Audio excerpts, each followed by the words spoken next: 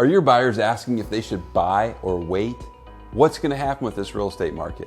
One media outlet just called this real estate market the Great Deceleration. Are prices going to go backwards? Look, buyers are getting nervous, so what are you telling them?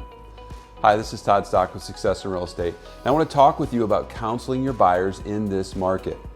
First, there is one key point that you need to understand about this market and where it's headed to counsel your buyers and sellers really well.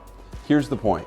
Decelerating home prices does not mean depreciating home prices. That's right, I want to say it one more time.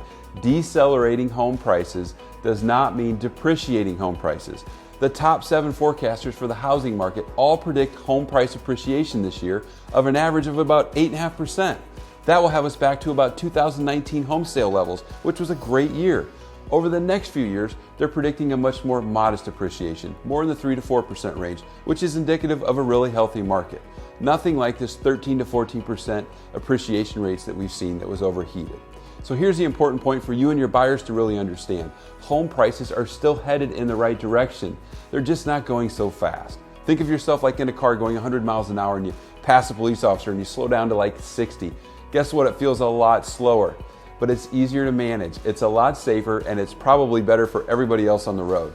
Well, the market's the same way, and this kind of an analogy is something that you should be using with your buyers who are concerned about home prices going backwards. This deceleration, it's healthy, and it's going to create some real positives for agents and buyers if they navigate it well. There will be less competition, fewer bidding wars, and less upward price pressure. Realtor.com just increased their forecast for the year from 0.3 to 15% increase in inventory for this year, which is great news for everybody, and we're already seeing it. All of our markets that we track, we've seen 3 months of inventory increasing. So, in addition to this speeding analogy, you need to also be reaching out and contacting all your buyers that maybe hit the brakes and left the market because they got frustrated last year. Start contacting them, all the ones that paused, and counsel them that while it was almost impossible last year to find a home, things are getting a lot better on the buyer front, and it may be a good time to jump back into the market. It's important that you understand right now the media, they're creating all kinds of fear with consumers. And you need to acknowledge that for the consumers, they're reacting very emotionally.